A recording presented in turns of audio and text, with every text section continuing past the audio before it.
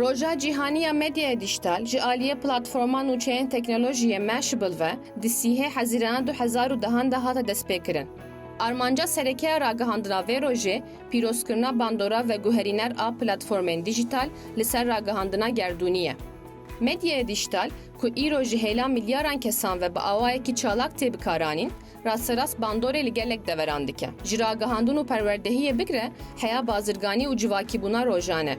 Platformên medyaya dijîtal gihîştina agahdariyê hêsan dikin û di heman demê de dihêle ku kes dengê xwe bi temaşevanên berfirehtir re parve bikin.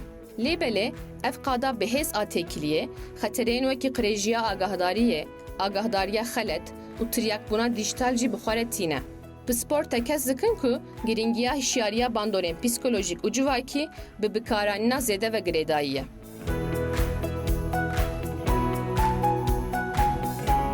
Li gor salan, derketina torên medyaya dijîtal bi vî awayî ne.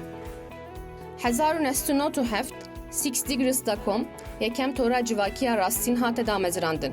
Wê rê da bikarhêneran ku profilan çêbikin û navnîşanên hevalan lê zêde bikin. 2002 Friendster toreke ku barê dikişîne ser hevaltî û têkiliyên civakî hate destpêkirin. 2003 LinkedIn malpereke tora profesyonel hate damezrandin. 2004 Facebook yek ji mezintirîn torên civakiyên cîhanê dest bi weşanê kir. 2005 YouTube parvekirina vîdeoyan hate destpêkirin. 2006 Twitter paşê X hate destpêkirin. 2010 Instagram pêşengek di parvekirina naveroka wêne û dîtbarî de hate damezrandin. 2011 Snapchat û Twitch hatin destpêkirin. 2016 TikTok ku bi trenda vîdeoyên xwe yên kurt cih girt hate destpêkirin.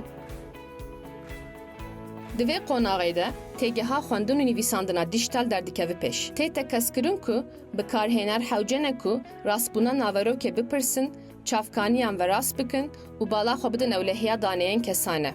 Wekî din rêvebirina dema ku li ser medyaya dijîtal tê derbaskirin û pêşxistina adetên bikaranîna hişmend têne pêşniyarkirin. Bi spor dibêjin ku armanc divê nerakirina tevahiya medyaya dijîtal ji jiyana me be û ne mümkün e jî. Lêbelê bikaranîna wê bi awayekî hevseng û kontrolkirî be.